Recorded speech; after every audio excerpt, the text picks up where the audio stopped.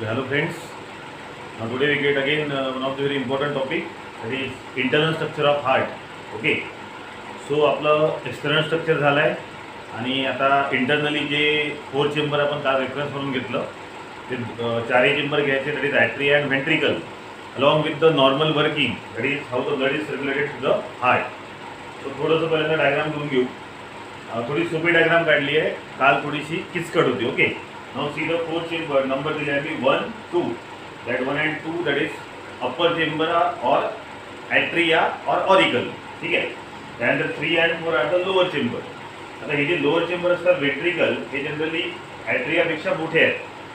त्यानंतर मला तुम्हाला दिसते आहे जसं काल मी साईडबद्दल सांगितलं की डायग्राम काढताना जी आपली डावी साईड आहे, आपली लेफ्ट साईड ती हार्टची घ्यायची राईट साईड. ओके, आणि डायग्राम काढताना जी हार्टची म्हणजे आपण जी काढताना आपलं उजवी साईड येते राईट साईड ती हार्टची लेफ्ट साईड घ्यायची. हे कंटिन्यू ठेवायचं, हे बिलकुल विसरायचं नाही. कारण तुम्ही होल डायग्राम जरी काढली, नावं जरी प्रॉपरली दिले, पण जर साईड चुकवली तर टोटली त्या डायग्रामचा काही अर्थ नाही आहे.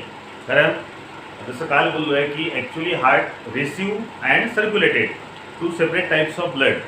ॲक्च्युली होतं काय, तर हार्टच्या राईट साईडला म्हणजे इकडे ॲक्च्युली इम्प्युअर ब्लड असतं किंवा डिऑक्सिजनेटेड, आणि हार्टच्या राईट साईडला लेफ्ट साईडला कोणतं प्युअर ब्लड आहे. जर तुम्ही साईड चुकवली तर सरळ सरळ काय होईल, तिकडचं ब्लड तिकडे चाललं जाईल आणि होल डायग्राम ती चुकते.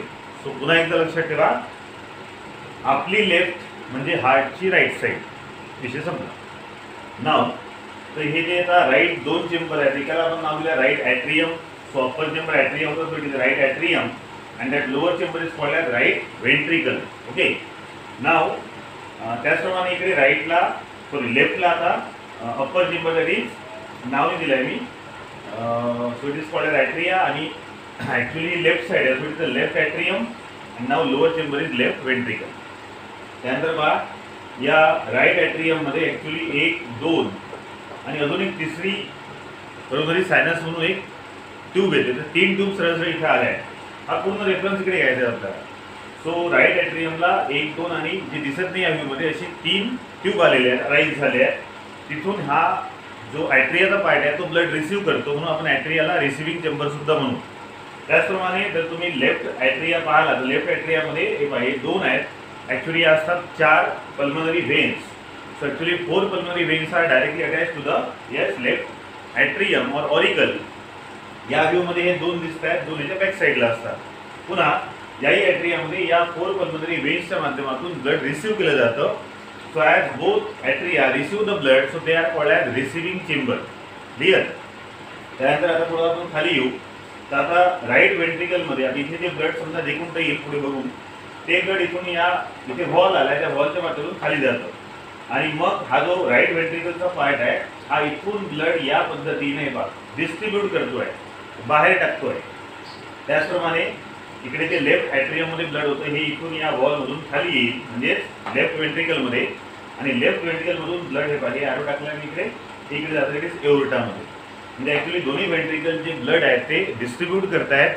So hence it is called as distributive chamber.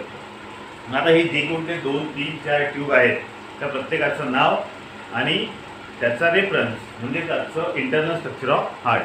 Now see. So internal स्ट्रक्चरमध्ये सरळ आपण 2 पार्ट करतो.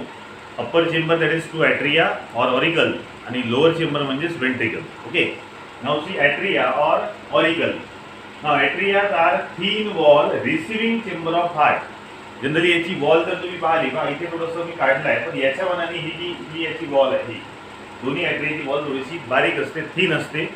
So it is a thin wall and as that both atria receive the blood, respective blood जे कोणतं असेल, so it is called as receiving chamber of heart.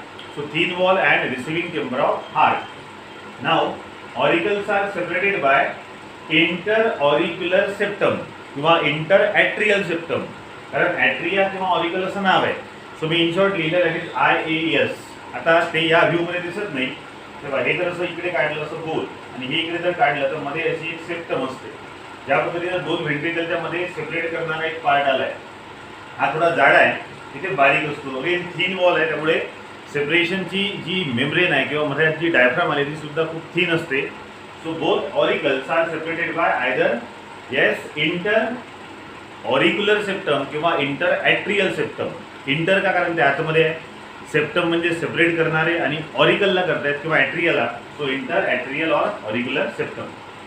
Now that interatrial or auricular septum has an oval depression called as fossa ovalis.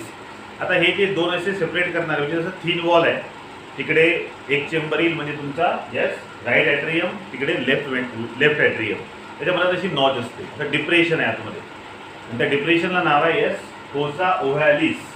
तर actually हा जो काल आपण embryonic पार्टमध्ये घेतला तसा इथे रेफरन्स आला आहे. So that fossa ovalis actually the remnant of embryonic aperture called as foramen ovalis. तर जेव्हा आपण एम्ब्रियो असतो, जसं कालही बोललो आहे मी, एम्ब्रियोनिक डेव्हलपमेंटच्या वेळेस जेव्हा आपलं हार्ट तयार होते आणि त्या हार्टमध्ये जेव्हा हे दोन्ही ऑरिकल तयार होतात, ॲट्रिया तयार होतात, तेव्हा त्या ठिकाणी एक नॉच तयार होते, एक ग्रूव असते. त्याला त्यावेळेला म्हणजे ड्युरिंग एम्ब्रियोनिक डेव्हलपमेंट त्याला म्हणतात फोरॅमेन ओव्हॅलिस. आणि तीच तुम्हाला ग्रूव किंवा ॲपर्चर म्हणजे अशी नॉच आताही दिसते आहे, त्याला आता नाव आहे fossa ovalis. So during embryonic development the name is foramen ओव्हॅलिस.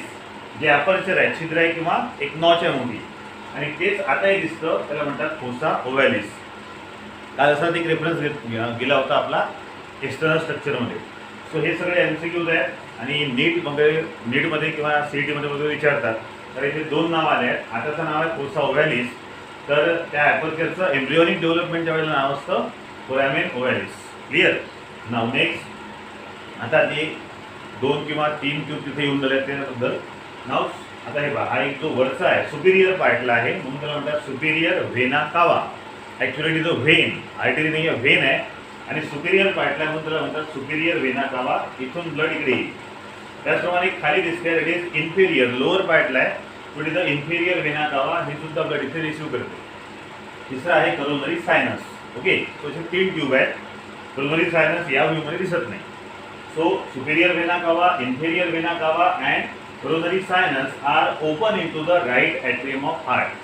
So right atrium मध्ये या 3 ट्यूब ओपन होतात आणि तीनही ट्यूबच्या माध्यमातून डिऑक्सिडेटेड ब्लड पूर्ण बॉडीमधून हार्टमध्ये आणलं जातं.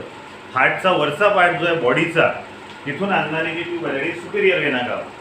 हार्टच्या खाली जो पार्ट आहे आपला, तिथून रिसिव्ह करणारं कोण, येस इन्फेरियर व्हेना कावा, IVC. आणि करोनरी सायनस जे आहे ते हार्टमधलं जे ब्लड आहे जे डिऑक्सिडेट झालं आहे ते या ठिकाणी आणून टाकते. पुढे आता हे जे सगळे ओपनिंग आहे, आता समजा opening of IVC that is inferior vena कावा, हे जे ओपनिंग आहे त्या ठिकाणी एक वॉल असतो. ठीक आहे, त्या वॉलबद्दल सुरू आहे बोलणं. Opening of inferior vena cava is guarded by a wall called as eustachian wall. The wall कसं असेल तुम्हाला नंतर सांगतोय मी, पण एक लक्षात ठेवा की इन्फेरियर व्हेना कावाच्या ओपनिंगला म्हणजे जेव्हा हा आहे बा इथे ओपन होतो, त्या हार्ट जवळ एक वॉल आला आहे, त्याचं नाव आहे yes eustachian wall. Again PMT and NEET point of view. त्याचप्रमाणे करोनरी सायनस जे या व्ह्यूमध्ये दिसत नाही आहे, ती जेव्हा ओपन होते इंटू हार्टच्या येस राईट एट्रियमला, तेव्हा त्या ठिकाणी सुद्धा एक वॉल आला आहे that is called as thebesian wall. So IVCच्या ओपनिंगला इस्चियन वॉल आणि करोनरी सायनसच्या ओपनिंगला yes Thebesian wall. That is about the yes right atrium. Now left atrium. आता तुम्हाला जसं मगाशी सांगितलं की लेफ्ट ॲट्रियम मध्ये 4 पल्मनरी व्हेन्स आल्या आहेत. ह्या ॲक्च्युली तिकडे जॉईन होतात लंग्सला. लंग्समध्ये जे ब्लडचं प्युरिफिकेशन होईल ते प्युअर ब्लड किंवा ऑक्सिडेटेड ब्लड पल्मनरी व्हेन्सच्या थ्रू या लेफ्ट ॲट्रियममध्ये आणलं जातं. Now see 4 pulmonary veins open into the left atrium. 4 इथे 2 दिसत आहेत, 2 बॅक साईडला असतात, अशा 4 pulmonary व्हेन्स directly yes left ॲट्रियमला open होतात.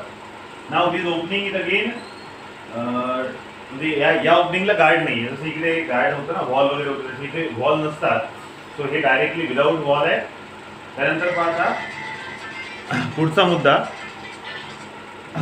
Both atria open into ventricle. जसं आता मगाशी बोललो आहे, हा जो राईट ॲट्रियम आहे हा राईट व्हेंट्रिकलमध्ये ओपन होईल, लेफ्ट ॲट्रियम लेफ्ट व्हेंट्रिकलमध्ये ओपन होईल आणि ओपनिंगच्या वेळेला इथे वॉल आले आहेत पुन्हा. ठीक आहे, तर ही जी जागा आहे ॲट्रियो व्हेंट्रिक्युलर वॉल किंवा ॲट्रियो व्हेंट्रिक्युलर ॲपर्चर. ॲपर्चर म्हणजे इथून जेव्हा ब्लड खाली जातं तर ॲट्रिया आणि व्हेंट्रिकलला जोडला आहे म्हणून त्याला म्हणतात atrio ventricular aperture. Okay, so both atria open into ventricle by atrio ventricular aperture. Clear. Now this opening is guarded by कॅस्पिड wall. या ठिकाणी कॅस्पिड नावाचे वॉल आहे. जसं आता इथे पहा लेफ्ट साईडला म्हणजे ॲक्च्युली हार्टची right side, right atrium is open into right ventricle by means of cuspid wall. इथे 3 कप्पे असतात म्हणून त्याला म्हणतात ट्राय कस्पिड वॉल. आता तुम्हाला वॉल सांगून देतो, कॅस्पिड सांगतो काय आहे. समजा असं आहे, तर हा सपोज राईट ॲट्रियमचा पार्ट आणि इथून हे ब्लड खाली जाईल, तर इथे 1 2 3 कस्पिड आहे म्हणून त्याला ट्राय कस्पिड वॉल म्हणतो आपण. त्याचप्रमाणे जेव्हा ब्लड इथून इकडे जातं, या ठिकाणी 2च कप्पे आले 1 2, that is called as bicuspid valve. आता हे वॉल काय करतात किंवा कसे असतात तेव्हा हे या पद्धतीने आहे. असे 2 वॉल आहेत. जेव्हा ब्लड असं वरून जाईल तर हे असं ओपन होतं, हे ओपन होऊन जाईल. पण जेव्हा ब्लड खाली जातं आणि खालून आता वर यायचा प्रयत्न करेल तर हे असं ओपन नाही होत, हे इथं लॉक होऊन जातं. And that is the speciality of all types of wall. इकडे एशियन वॉल घेतलं, थेरॅसियन वॉल घेतलं, ट्रायकस्पिड असो, बायकस्पिड असो, पुन्हा मिटरल वॉलसुद्धा नाव आलेलं आहे पुढे. या सगळ्या वॉलमध्ये काही बायकस्पिड आहे, काही ट्रायकस्पिड आहे. ॲक्च्युली ट्रायकस्पिड 2च ठिकाणी असतं, एक इथे आणि एक हे इथे. जेव्हा पुढे आपण ओपनिंग बघू तर बाय म्हणजे असे 2 कप्पे आणि ट्राय म्हणजे 3 आहे. पण या वॉलचं फंक्शन काय, it can actually carry out the unidirectional flow. Back flow of blood is prevented by the wall. किंवा मग ब्लडचं युनिडायरेक्शनल फ्लो चालू आहे असं आपण म्हणू शकतो. पुढे लिहितोय आपण, yes that wall maintain the unidirectional flow of blood किंवा wall prevent the back flow of blood from ventricle to auricle. एकदा ब्लड इथून इकडे आलं किंवा इथून इकडे आलं असेल, त्या दोन्हीमधून पुन्हा ॲट्रियममध्ये ब्लड जाणार नाही. इथं 3 कॅस्पिडचा वॉल आला, सो ट्रायकस्पिड वॉल लिहिला आहे मी इथे. इथे 2 कॅस्पिड असतात, so bye कॅस्पिड wall. Clear? So that is about the atria. Now व्हेंट्रिकलमध्ये बघा आता काय होतं. Now ventricles they are the inferior, कारण लोअरला आपण इन्फेरियर शब्द घेतो. So they are inferior but thick wall pumping chamber किंवा डिस्ट्रीब्युटिंग चेंबर म्हणता येईल. So as compare to atria, व्हेंट्रिकलचे वॉल खूप जाडे आहेत. So it is a thick chamber आणि इन्फेरियर म्हणजे लोअर पार्ट आहे आणि it is a distributive or pumping chamber. आता त्या वॉल जाडी का आहेत, कारण या दोनही व्हेंट्रिकलला अपोजिट टू ग्रॅव्हिटी ब्लड फेकावं लागतं वर.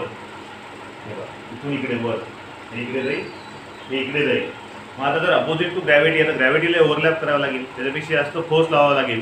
आणि म्हणून जनरली वॉल जे असतात किंवा wall WALL wall of both ventricles are thick. वरून काय डायरेक्ट खाली येतं आणि ग्रॅव्हिटीसुद्धा ओढते, म्हणून ॲट्रियाचे वॉल थोडेसे थिन होते. So, now both ventricles are separated by that thick membranous structure called as interventricular septum. वर होतं इंटरऑरिक्युलर सेप्टम, इथे व्हेंट्रिकलला सेपरेट चालू आहे म्हणून interventricular septum. Now wall of left ventricle is more muscular and 3 times thicker than the right ventricle. आता बघा, left ventricle बद्दल बोलतोय म्हणजे हे इकडची जी वॉल असते ती थोडीशी राईटपेक्षा जास्त थिक आहे. आणि किती थिक आहे तर 3 times, आणि तेवढंच जास्त मस्क्युलर आहे. आता ह्याचंही कारण काय तर पहा, इथून जे ब्लड चाललं आहे प्युअर ब्लड ते चाललं एओर्टामध्ये आणि एओर्टामधून थ्रूआउट द बॉडी ब्लड जाणार आहे. म्हणजे आता पूर्ण बॉडीला जर सप्लाय करायचं असेल तर साहजिक आहे हा जो व्हेंट्रिकलचा पार्ट आहे हा थोडासा जास्त मस्क्युलर लागेल आणि त्याची वॉलसुद्धा जास्त थिक लागेल, जेणेकरून पूर्ण थ्रूआउट द बॉडी ब्लड पोचलं पाहिजे. त्याच्या उलट राईट व्हेंट्रिकलमधून जे ब्लड चाललं आहे पल्मोनरी ट्रंकमधून ते चाललं आहे लंग्समध्ये, म्हणजे एकाच ऑर्गनला पाठवायचं आहे कारण ते डिऑक्सिडेटेड आहे. म्हणून जनरली याची वॉल थोडीशी थिन असते as compare to left ventricle. So remember that point again very important, जेवढी इथं येऊ शकतं. So wall of left ventricle is more muscular and 3 times thicker than right. So reason तुम्हाला माहिती आहे, एओर्टामध्ये ब्लड चाललं आहे आणि through aorta that pure blood or oxygenated blood is supply throughout the body. Next, आता या दोन्ही जे हे व्हेंट्रिकल्स आहेत इट शो द सेव्हरल रीज म्हणजे असे मसल्स दिसतात. इथे मसल काढले मी पूर्ण याच्यात काढले, ते डायग्राम क्लिअर नसते झाली. अशा पद्धतीच्या मसल असतात, ह्या त्या ॲक्च्युली वॉलला जोडल्या पण अशाच पद्धतीच्या मसल इकडे दिसतात पूर्ण इकडे. आणि त्या सेव्हरल रीज असणाऱ्या किंवा त्या मसलला म्हणतात कॉलमनर कार्नी, हे लक्षात नाव. So both type of ventricle shows the elastic काय म्हणते फायबर लाईक स्ट्रक्चर, दोऱ्यासारखं स्ट्रक्चर आहे, त्याला म्हणतात कॉलमनर कार्नी किंवा मग ट्रॅबेक्युलर कार्नी, 2 नाव आहे. काय फंक्शन आहे याचं, actually that columnae carneae or that ridge or trabeculae carneae divide that ventricle into different pockets. कारण ब्लड येऊन आल्या तर वेगवेगळ्या अशा पॉकेटमध्ये, म्हणजे म्हणता येईल की हे जे पूर्ण चेंबर आहे त्या दोन्हीमध्ये अशी अशी पॉकेट आली आहे. थोडंसं काढून दाखवतो. अशी रीच असतात हे अशी रीच. हे झालं हे पॉकेट. इकडे इकडे इकडं असं ब्लड राहतं, म्हणजे पॉकेटमध्ये ब्लड राहतं आणि त्या रीजमुळे ॲक्च्युली त्याचा सरफेस एरिया सुद्धा वाढतो आहे. थोडंसं एरिया वाढल्यामुळे साहजिक ब्लड त्या ठिकाणी जास्त येईल. त्यानंतर lumen of ventricle also show some inelastic fibre. आता हे जे आहे हे इलॅस्टिक होते, त्याचप्रमाणे या दोन्ही व्हेंट्रिकलमध्ये पुन्हा काही नॉन इलॅस्टिक किंवा इनइलॅस्टिक चेंबर असतात किंवा असे फायबर आले आहेत. त्याला म्हणतात येस कॉर्डी टेंडिनी. कॉर्डी टेंडिनी हे इनइलॅस्टिक फायबर आहे. तर कॉलमनर कार्बनी किंवा ट्रॅव्हल्युलर कार्बनी हे इलॅस्टिक आहे. याचे काम तेच आहे, फक्त हे इलॅस्टिक नाही आहे, याच्यामुळे इलॅस्टिसिटी खूप कमी राहते किंवा नसते. That is chordae tendineae. So म्हणू शकता दोन प्रकारचे सरळ सरळ फायबर या दोन्ही व्हेंट्रिकलमध्ये दिसतील. एका इलॅस्टिक टाईपचे जे कॉलमनर कार्बनी किंवा ट्रॅव्हल्युलर कार्बनी, आणि जे non elastic that is called as chordae tendineae. Now this attach the bicuspid and tricuspid wall to ventricular wall. आता हे जे कॉर्डी टेंडिनी आहे ते हे आहे, हे ट्रायकस्पिड वॉल आणि हा बायकस्पिड. त्या बाय आणि ट्रायकस्पिड वॉलला हे व्हेंट्रिकलच्या वॉलसोबत कनेक्ट करण्याचं काम या कॉर्डी टेंडिनीचं आहे. म्हणून जनरली ते नॉन इलॅस्टिक असतात. So that is about the internal structure of heart. आणि थोडंफार ब्लड सर्क्युलेशन बाकी आहे. एक सेकंड. ठीक आहे. तर हा होता आजचा इंटरनल स्ट्रक्चरचा पार्ट. सो आता आपण नेक्स्ट व्हिडिओमध्ये घेऊ त्याचं वर्किंग, म्हणजे हार्टचं वर्किंग आणि कार्डियक सायकल आहे. ब्लड कुठून येतं, कोणतं येतं, किती वेळ राहतं. तर कार्डियक सायकल म्हटलं म्हणजे टायमिंग आहे त्याचा. आणि त्या टायमिंगमध्ये तुम्हाला पुन्हा सिस्टॉल डायस्टॉल वगैरे खूप महत्त्वाच्या ज्या कन्सेप्ट आहेत त्या आपल्याला बघायच्या आहेत. इंटरेस्टिंग टॉपिक आहे, जो आपण नेक्स्ट व्हिडिओमध्ये कंटिन्यू करू. ओके.